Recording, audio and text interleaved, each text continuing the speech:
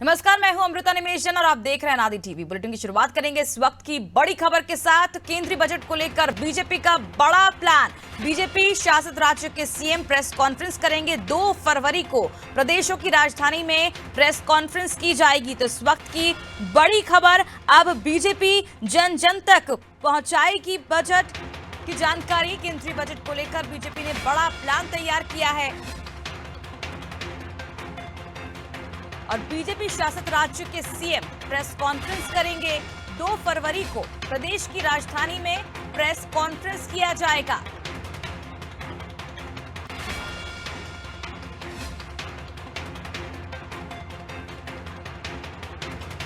तो बजट के प्रावधानों की जानकारी को आम नागरिकों तक पहुंचाने के लिए बीजेपी 1 से 12 फरवरी तक देशव्यापी अभियान चलाएगी। बजट प्रावधानों पर बीजेपी शासित राज्य के मुख्यमंत्री और प्रदेश अध्यक्ष नेता प्रतिपक्ष 2 फरवरी को प्रेस कॉन्फ्रेंस करेंगे। बीजेपी के केंद्रीय मंत्री 4 और 5 फरवरी को देश भर में 50 शहरों में प्रेस कॉन्फ्रेंस और सम्मेलन करने वाले हैं। बीजेपी के सभी सांसद भी इस अभियान के अंतर्गत अपने संसदीय क्षेत्र में बजट को लेकर कार्यक्रम करेंगे। बीजेपी सांसद पार्टी कार्यकर्ताओं और क्षेत्र की जनता को बजट की जो बारीकियां हैं उसे समझाने का प्रयास करेंगे। तो देखिए, अब जो आज बजट का ऐलान होगा उसके बाद ये रणनीति है बीजेपी की कि बीजेपी शासित राज्य के जो सीएम होंगे वो प्रेस कॉन्फ्रेंस करेंगे। 2 फरवरी को प्रदेशों की राजधानी में प्रेस कॉन्फ्रेंस किया जाएगा और सांसद होंगे, मंत्री होंगे, वो अपने क्षेत्र में जाके बजट की जो बारीकियां हैं वो जनता को समझाने का प्रयास किया जाएगा। इसके साथ ही सांसद अपने क्षेत्र में जाकर लोगों को बताएंगे कि बजट में उनके लिए क्या कुछ खास है और आने वाले समय में इससे उन्हें क्या कुछ फायदा मिल सकता है, इसकी जानकारी भी देते हुए नजर आएंगे। और इस प्रचार अभियान के लिए बीजेपी ने एक समिति भी बनाई है जिसका संयोजक बिहार के पूर्व उप मुख्यमंत्री और राज्यसभा सांसद सुशील मोदी को बनाया गया है। चलिए ज्यादा जानकारी की रुख करते संवाददाता अमरेंद्र प्रताप सिंह की। अमरेंद्र, अब केंद्रीय बजट को लेकर बीजेपी ने बड़ा ऐलान कर दिया है। बीजेपी शासित राज्यों में सीएम मंत्री जो होंगे अपने अपने क्षेत्र में जाकर अपने अपने राज्य में इसकी जानकारी लोगों तक पहुंचाएंगे और इसके क्या कुछ फायदे हैं ये भी समझाया जाएगा अब लोगों को। बिल्कुल अमृता जी, देखिए केंद्रीय बजट जो है वो पूरे देश के लिए होता है जी। अब क्योंकि केंद्र में भारतीय जनता पार्टी की सरकार है तो ऐसे में भाजपा ने जितने राज्य ऐसे हैं जहां भारतीय जनता पार्टी की सरकार है, भारतीय जनता पार्टी के मुख्यमंत्री हैं, उन सभी राज्यों में एक योजना के तहत भारतीय जनता पार्टी ने केंद्रीय बजट पर प्रेस वार्ता का आयोजन किया है। कल 2 फरवरी को ये प्रेस वार्ता आयोजित की जाएगी। भाजपा शासित राज्यों के मुख्यमंत्री ये प्रेस वार्ता करेंगे और जिन राज्यों में भारतीय जनता पार्टी की सरकार नहीं भी है वहां भी भाजपा के जो प्रदेश अध्यक्ष हैं, प्रदेश पदाधिकारी हैं, वो इसकी प्रेस वार्ता करेंगे और वो जनता के सामने ये रखेंगे केंद्र सरकार के द्वारा लाया गया बजट जनता का हित कैसे साधेगा, लोक हित में, जनहित में ये बजट कैसे कल्याणकारी है, लोक कल्याणकारी बजट के रूप में इसकी चर्चा की जाएगी। उत्तर प्रदेश देश का सबसे बड़ा राज्य है और निश्चित रूप से यहाँ भी भारतीय जनता पार्टी की दूसरी बार सरकार बनी है। ऐसे में यूपी के मुख्यमंत्री योगी आदित्यनाथ इस बजट के ऊपर प्रेस वार्ता करेंगे और इस प्रेस वार्ता में बजट की बारीकियों को जनता के सामने रखेंगे और खासकर उत्तर प्रदेश के हित में केंद्रीय बजट में क्या क्या योजनाएं हैं, केंद्रीय बजट में यूपी के लिए क्या विशेष है, इस पर उत्तर प्रदेश के मुख्यमंत्री कल प्रेस वार्ता करके अपनी बात को रखने वाले हैं। अमृता जी, बिल्कुल अमृता, जिस तरह से हर बार हम देखते हैं कि जब भी देश का बजट घोषित किया जाता है तो विपक्ष कहीं ना कहीं इसे सरकार को घेरता हुआ नजर आता है। और क्या ये समझे जो मेगा प्लान इस बार बीजेपी ने तैयार किया है जन जन तक जाकर बजट के बारे में समझाना और जो योजनाएं सरकार देगी उसका आगे क्या कुछ इन फ्यूचर लाभ मिलने वाला लोगों को ये भी बताया जाएगा। तो कहीं ना कहीं जो विपक्ष पर यह आरोप लगाती थी सरकार की गुमराह करने का प्रयास किया जा रहा है जनता को, तो क्या कहीं ना कहीं इसका जवाब दे रही है सरकार की ओर से जो मेगा प्लान तैयार किया है बीजेपी ने? बिल्कुल, देखिए अमृता जी, विपक्ष का अपना एक एजेंडा होता है जी। और विपक्ष का सबसे बड़ा एजेंडा होता है कि जो वर्तमान सरकार में जो पार्टी है उसके कार्यों की समीक्षा की जाए, उसके कार्यों की आलोचना की जाए, जो कमियां हैं सरकार की वो जनता के सामने लाना विपक्ष का काम होता है। इसका विपक्ष को लाभ भी मिलता है कि जब वर्तमान सरकार जो भी हो उसकी कमियों को विपक्ष जनता के सामने लाता है तो जनता न कहीं अपने निर्णय जो है उसको बदलने की भी सोचती है। यदि सरकार में वाकई कमियां होती हैं। लेकिन जी। इस समय जो केंद्र में सत्ता में पार्टी है भारतीय जनता पार्टी, उत्तर प्रदेश में भी वही पार्टी सत्ता में लगातार दूसरी बार है, और ऐसे में केंद्र सरकार खुद पहल करके सबसे पहले जो उनके दल की शासित राज्य है, जो भारतीय जनता पार्टी शासित राज्य है, वहां पर इस बजट की समीक्षा खुद भारतीय जनता पार्टी सबसे पहले करने जा रही है। विपक्ष ने निश्चित रूप से बजट के आने के तुरंत बाद अपनी बात रखी है, लेकिन अब जी। भारतीय जनता पार्टी पूरे देश में ऐसे राज्यों में जहाँ उनकी सरकार है, वहाँ के मुख्यमंत्रियों के द्वारा, और जहाँ उनकी सरकार नहीं है वहाँ पर भारतीय जनता पार्टी का जो प्रदेश अध्यक्ष या प्रदेश संगठन है, उसके द्वारा इस बजट पर स्वयं पहले प्रेस वार्ता करके चर्चा करने जा रही है। और मुझे लगता है कि ये एक बड़ी पहल है भारतीय जनता पार्टी की, और भाजपा इसका लाभ लेने की योजना के तहत ये कार्य कर रही है। बिल्कुल अमरिंदर, जिस तरह से हम देख रहे हैं कि काफी ज्यादा देखा जाए तो कल से बजट सत्र शुरू हो चुका है संसद में, और ऐसे में पीएम मोदी काफी ज्यादा कॉन्फिडेंट नजर आ रहे थे इस बार के बजट को लेकर। बिल्कुल अमृता जी, देखिए केंद्र सरकार ने दूसरी बार केंद्र में सरकार बनी है मोदी, और मोदी प्रधानमंत्री के रूप में निश्चित रूप से एक लोकप्रिय व्यक्ति भारतीय जनता पार्टी के नेता के रूप में रहे हैं। दूसरा कार्यकाल किसी को इतनी आसानी से नहीं मिलता, दूसरा कार्यकाल मिला है, और अब क्योंकि वो तीसरे इलेक्शन में जाने वाले हैं, ऐसे में ये जो बजट है ये बहुत महत्व रखने वाला बजट है, क्योंकि 2024 में चुनाव है, और ये निश्चित रूप से बजट जो है ये भारतीय जनता पार्टी के प्रति जनता की सोच को मजबूत बना करके, अगर उनके बजट में दमदारी होगी, उनके बजट में अच्छाई होगी, तो इसका लाभ भारतीय जनता पार्टी को मिलेगा। और यदि बजट में कमियां होंगी अमृता जी, तो जी। निश्चित रूप से इस बजट की कमियां भाजपा को नुकसान भी पहुंचा सकती हैं। अब देखना ये होगा कि विपक्षी दल भारतीय जनता पार्टी प्रेस वार्ता करके पूरे देश में बजट की अच्छाइयों को बताने वाली है। अब देखना होगा कि विपक्षी दल इस बजट की समीक्षा कैसे करते हैं। बिल्कुल अमरिंदर, लोगों को काफी बेसब्री से इंतजार है इस बजट का, और कुछ ही देर का समय बचा है और बजट का ऐलान कर दिया जाएगा। और देखने वाली बात होगी आम जनता को इस बार क्या कुछ रियायतें सरकार की तरफ से मिल सकती, क्या कुछ तोहफा आम जनता को मिल सकता है, क्योंकि महंगाई लगातार चरम पर है, और जो आम जनता है बस यही आस लगा के बैठी कि इस बार कहीं ना कहीं महंगाई से राहत मिल सके। बने रहिए अमरिंदर, आप हमारे साथ, आपसे और जानकारी हम लेते रहेंगे। तो बता दें, केंद्रीय बजट को लेकर बीजेपी ने एक बड़ा मेगा प्लान तैयार कर दिया। बीजेपी शासित राज्य के सीएम प्रेस कॉन्फ्रेंस करेंगे। 2 फरवरी को प्रदेशों की राजधानी में ये प्रेस कॉन्फ्रेंस आयोजित की जाएगी, और जन जन तक इस बार बजट की जो योजना है, बजट का जो फायदा है, वो लोगों तक पहुंचाया जाएगा कि आखिर इस बजट से क्या कुछ जनता को आने वाले दिनों में फायदा मिलने वाला है। चलिए बात करते हैं गोरखपुर की, जो कि इस वक्त की सबसे बड़ी खबर है। नेपाल से निकली देवशिला यात्रा, गोरखपुर पहुंची देवशिला यात्रा। देवशिला के दर्शन को बड़ा जन सैलाब। शालिग्राम शिलाओं का कई जगह स्वागत, कई स्थानों पर आतिशबाजी की जा रही है। मुख्य पुजारी ने शिलाओं का पूजन किया है। गोरखनाथ मंदिर में पूजा की गई, आरती की गई। 14 और 26 टन वजन के हैं शालिग्राम शिलाखंड। रामलला की मूर्ति के लिए ये शिलाखंड लाए गए हैं। जनकपुर के शालिग्राम शिलाखंड से अब रामलला की जो मूर्ति है उससे बनाया जाएगा, एक विशाल मूर्ति बनाई जाएगी। चलिए इस पर ज्यादा जानकारी लेते हैं संवाददाता अमरेंद्र प्रताप सिंह से। अमरेंद्र, नेपाल से अब देवशिला की जो यात्रा है वो निकल चुकी है, गोरखपुर पहुंच चुकी है। कितना उत्साह देखा जा रहा है उत्तर प्रदेश वासियों में?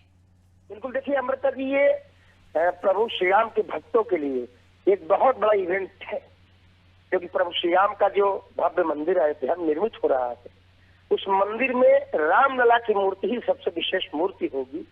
और रामलला की मूर्ति के निर्माण के लिए नेपाल के जनकपुर से ये शिलाखंड मंगवाए गए हैं। 2 शिलाखंड हैं, एक शिलाखंड 14 टन का लगभग है और एक शिलाखंड 26 टन का लगभग है। मैं आपको बताना चाहूंगा अमृता जी कि नेपाल में ये जो काली गंडक नदी है, काली गंडक नदी के किनारे पे ही शालिग्राम पत्थर पाया जाता है। और नेपाल के जनकपुर के पूर्व में ही, जनकपुर से पहले ही दामोदर कुंड नाम की जगह है, जहाँ से काली गंडक नदी निकलती है।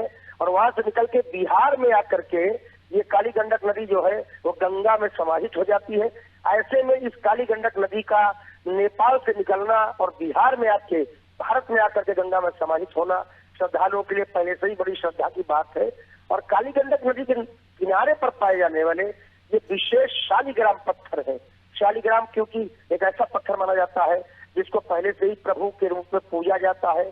शालिग्राम के पत्थर को ही ठाकुर जी कहा जाता है, उसकी पूजन पहले से किया जाता है। और ऐसे में शालिग्राम विशेष पत्थर की ये 2 बड़ी शिलाखंड जिनको जनकपुर से निकाल करके गोरखपुर लाया गया है। अब गोरखपुर क्योंकि गोरक्षनाथ पीठ है, वहाँ गोरक्षनाथ पीठाधीश्वर योगी आदित्यनाथ इस समय प्रदेश के मुख्यमंत्री भी है। ऐसे में गोरखपुर जब इस शिलाओं को लाया गया तो एक बड़े स्वागत की तैयारी वहां पर थी। हालांकि पहले अमृता जी 4 बजे इन शिलाओं को गोरखपुर आने का कार्यक्रम था, लेकिन रास्ते में जो जनभावनाएं थी वो उमड़ी। प्रभु श्री राम के भक्तों ने जगह जगह पर इन शिलाखंडों का स्वागत किया। ऐसे में रात्रि हो गई गोरखपुर तक पहुंचने में इन शिलाओं के, लेकिन फिर भी मोहद्दीपुर नाम की एक जगह पर और विश्वविद्यालय 2 जगहों पर भव्य स्वागत इन शिलाखंडों का किया गया। और उसके बाद ये शिलाखंड गोरक्षनाथ पीठ पे लाए गए, जहाँ पर इनका विधिवत पूजन किया गया। जो कमलनाथ जी मुख्य पुजारी हैं गोरक्षनाथ पीठ के, वो और पंडित अरविंद चतुर्वेदी जो कि वहाँ पर पूजन अर्चन में हमेशा उपस्थित रहते हैं, इनके द्वारा इन शिलाखंडों का पूजन किया गया। और आज इन शिलाखंडों को प्रभु श्री राम की नगरी अयोध्या के लिए रवाना कर दिया जाएगा। बहुत विशेष बात यह है कि इन शिलाखंडों में एक शिलाखंड से रामलला की मूर्ति का निर्माण होगा और दूसरे शिलाखंड से माता सीता की मूर्ति का निर्माण होगा। तो ऐसे में प्रभु श्री राम के भक्तों के लिए इन शिलाखंडों का स्वागत करना, इनका पूजन करना, इनका अर्चन करना बनता है और वही कार्य अमृता जी गोरखपुर में हुआ है। बिल्कुल अमरेंद्र, तस्वीरों में हम देख सकते हैं किस तरह से यहाँ पर जो लोगों का उत्साह है वो देखने को मिल रहा है। यहाँ पर विधि विधान के साथ सबसे पहले शिलाओं की पूजन की गई। और ये भी जानना चाहेंगे अमरेंद्र आपके साथ, जिस तरह आप जानकारी दे रहे हैं कि शालिग्राम शिलाखंड से अब रामलला की जो मूर्ति है वो बनाई जाएगी, माता सीता की मूर्ति बनाई जाएगी। ऐसे में पूरे हिंदुस्तान को कब दर्शन करने का मौका मिलेगा, कब तक ये मूर्ति बनकर तैयार हो जाएगी? बिल्कुल, देखिए अमृता जी, आज ये शिलाखंड गोरक्षनाथ पीठ से पूजन अर्चन के उपरांत अयोध्या के लिए रवाना कर दिए जाएंगे। अयोध्या में ये शिलाखंड मूर्ति निर्माण से पहले कुछ दिन रखे जाएंगे, जहाँ पर श्रद्धालु इन शिलाखंडों का पूजन अर्चन कर पाएंगे, इनका दर्शन कर पाएंगे। और उसके बाद जो कलाकार हैं उनकी कार्यशाला में शिलाखंड ट्रांसफर कर दिए जाएंगे, वहां पर स्थानांतरित कर दिए जाएंगे और कलाकार इन शिलाखंडों को भव्य रामलला की मूर्ति और माँ सीता की भव्य मूर्ति के रूप में बदलेंगे। और उसके बाद जब भव्य श्री राम मंदिर का निर्माण पूरा हो जाएगा, प्रभु श्री राम की मूर्ति माँ सीता की मूर्ति के रूप में इन्हीं शिलाखंडों को उस राष्ट्र मंदिर में, उस राम मंदिर में स्थापित किया जाएगा। और आने वाले युगों युगों तक प्रभु श्री राम के अनुयायी, प्रभु श्री राम के भक्त इन्हीं शिलाखंडों के द्वारा निर्मित प्रभु श्री राम की मूर्ति और माता सीता की मूर्ति का पूजन अर्चन करेंगे। निश्चित रूप से अमृता जी, ये पड़ोसी देश नेपाल और भारत दोनों के लिए गर्व का विषय है और दोनों ही इस चीज को लेकर अति उत्साहित है अमृता। बिल्कुल अमरेंद्र, हम देख सकते हैं किस तरह से यहाँ पर जो उत्साह है लोगों का बना हुआ है, बढ़ता जा रहा है। बने रहिए आप हमारे साथ, आपसे और जानकारी हम लेते रहेंगे। तो बता दें 14 और 26 टन वजन के शालिग्राम शिलाखंड अब लाए जा चुके हैं गोरखपुर और जल्द ही रामलला की मूर्ति कलाकारों द्वारा बनाई जाएगी और आने वाली जो पीढ़ियां होंगी वो इसकी पूजा अर्चना कर सकेंगे और इसका लाभ ले सकेंगे। अब देखना होगा कि जिस तरह से इस विशाल देवशिला यात्रा निकाली जा रही है और ये देवशिला यात्रा पहुंच चुकी है और आज और उत्साह देखने को मिलेगा उत्तर प्रदेश में। कल भी हमने देखा किस तरह से रात भर यहाँ पर जो पुजारी हैं वो पूजन करते नजर आए। कई स्थानों पर आतिशबाजी की गई, स्वागत किया गया और तस्वीरें लगातार हम आपको दिखा रहे हैं अनादि टीवी के माध्यम से। रामलला की मूर्ति के लिए शिलाखंड जनकपुर के शालिग्राम शिलाखंड से अब रामलला की जो मूर्ति वो बनाई जाएगी। चलिए बात करते हैं अगली बड़ी खबर की, जो कि लखनऊ से मिल रही, जहां ग्लोबल इन्वेस्टर्स समिट का युवाओं को लाभ मिलेगा। रोजगार के लाखों नए अवसर मिलेंगे युवाओं को। युवाओं के हित में सीएम योगी की अभिनव पहल। सीएम योगी ने खास टीम गठित की है। सेवानिवृत्ति अधिकारी शिक्षाविदों की टीम है। नीतियों से युवाओं को परिचित कराएगी टीम। चलिए ज्यादा जानकारी के लिए रुक करते संवाददाता अमरेंद्र प्रताप सिंह की। और अमरेंद्र, ग्लोबल इन्वेस्टर्स समिट कब युवाओं को भी लाभ मिलेगा, क्या कुछ जानकारी? देखिए अमृता जी, ये ग्लोबल इन्वेस्टर समिट निश्चित रूप से उत्तर प्रदेश का एक बहुत बड़ा इवेंट है और अब इस इवेंट को पूरी तरह युवाओं की ओर जो है मोड़ दिया गया है। एक टीम बनाई जा रही है 48 लोगों की।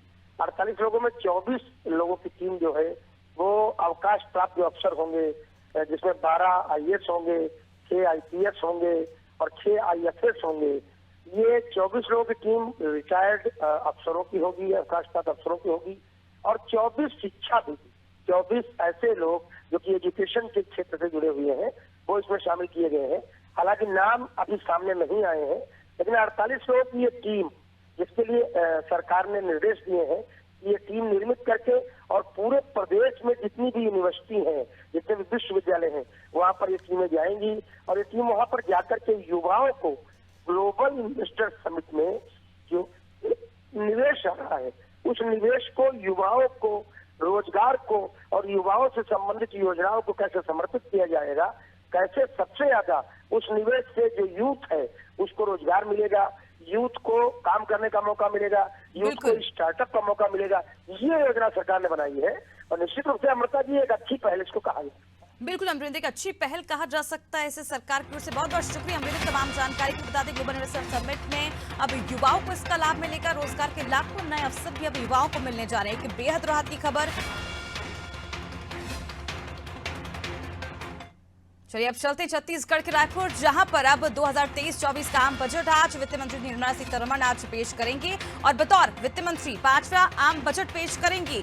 मोदी सरकार के दूसरे कार्यकाल का यह आखिरी बजट होगा। इनकम टैक्स में छूट बढ़ने की उम्मीद जताई जा रही। किसानों को लेकर भी बड़ी घोषणाएं हो सकती है। आम जनता की कई उम्मीद इस बजट से। तो बता दें छत्तीसगढ़ को भी अब इस बजट से काफी उम्मीदें हैं। चलिए ज्यादा जानकारी की रुख करते संवाददाता नवीन को। नवीन, 2023-24 के आम बजट का आज ऐलान हो जाएगा। कितनी उम्मीद छत्तीसगढ़ की सरकार को है इस बजट से?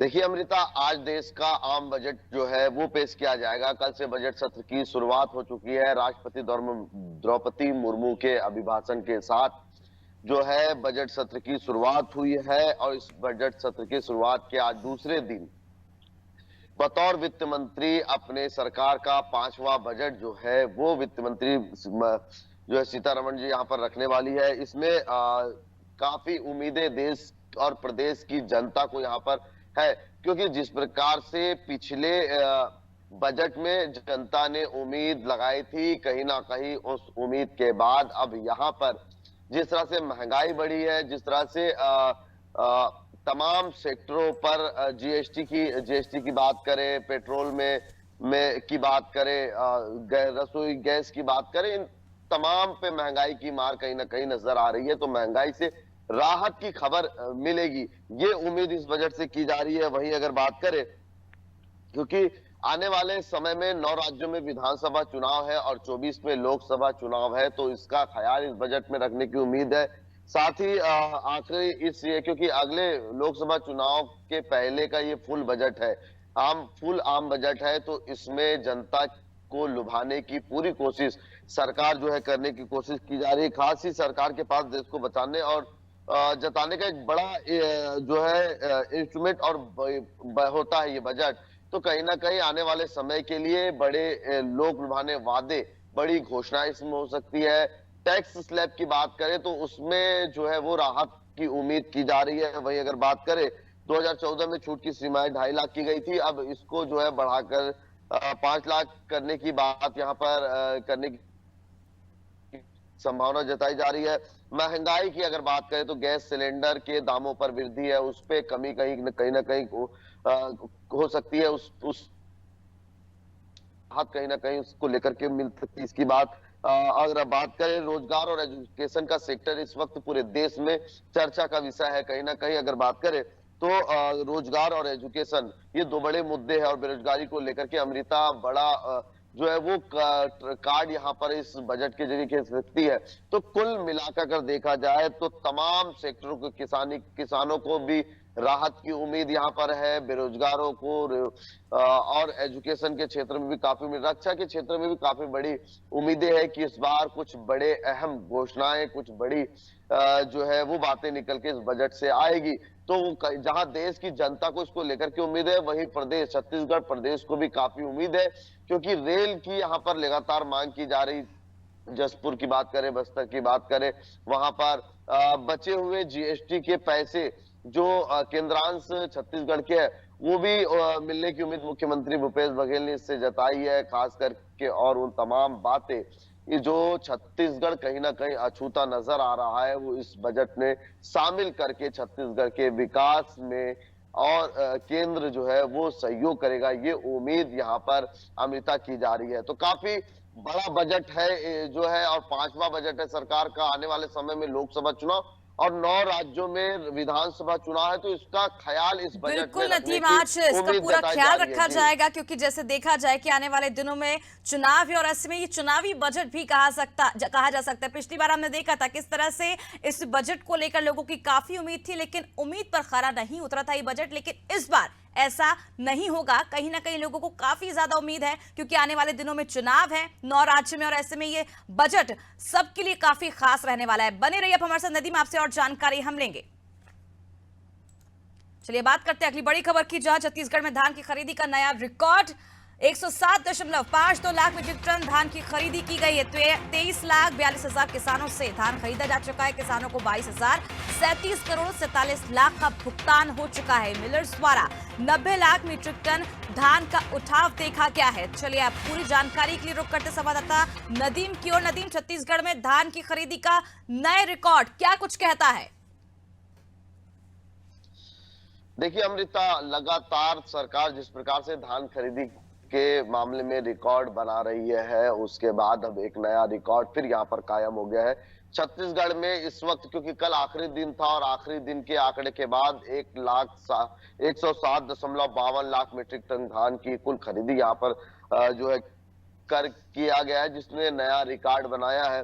23,42,000 किसानों से धान खरीदने वाला देश का पहला राज्य छत्तीसगढ़ बना है। वही अगर बात करें देश में सबसे ज्यादा धान खरीदने वाला भी छत्तीसगढ़ राज्य जो है वो दूसरे स्थान पर छत्तीसगढ़ राज्य जो है वो आ गया है, क्योंकि जिस प्रकार से लगातार धान खरीदी की जा रही है और हर साल लक्ष्य जो है वो दुगना रखा गया था, बढ़ाया गया था। इस साल लक्ष्य 110 लाख मीट्रिक टन धान खरीदी का लक्ष्य रखा गया था, जिसको करीब लगभग 107.52 लाख मीट्रिक टन धान यहाँ पर खरीदी किया गया अमृता।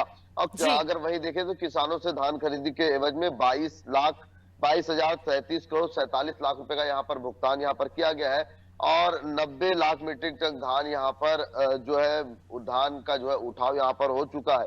तो लगातार जो है जिस तरह से उम्मीद की जा रही थी कि लक्ष्य को पाया जाएगा, वही लक्ष्य के करीब जो है वो धान खरीदी का पहुंचा है, जिसके चलते सबसे ज्यादा धान खरीदी करने वाला देश का दूसरा राज्य छत्तीसगढ़ यहाँ पर जो है बना है। वहीं तोहर द्वार ऐप का भी जरिए जो है टोकन ऑनलाइन के जरिए जो है लोगों किसानों को आसानी से अपने धान बेचने की सुविधा मुहैया कराई गई थी।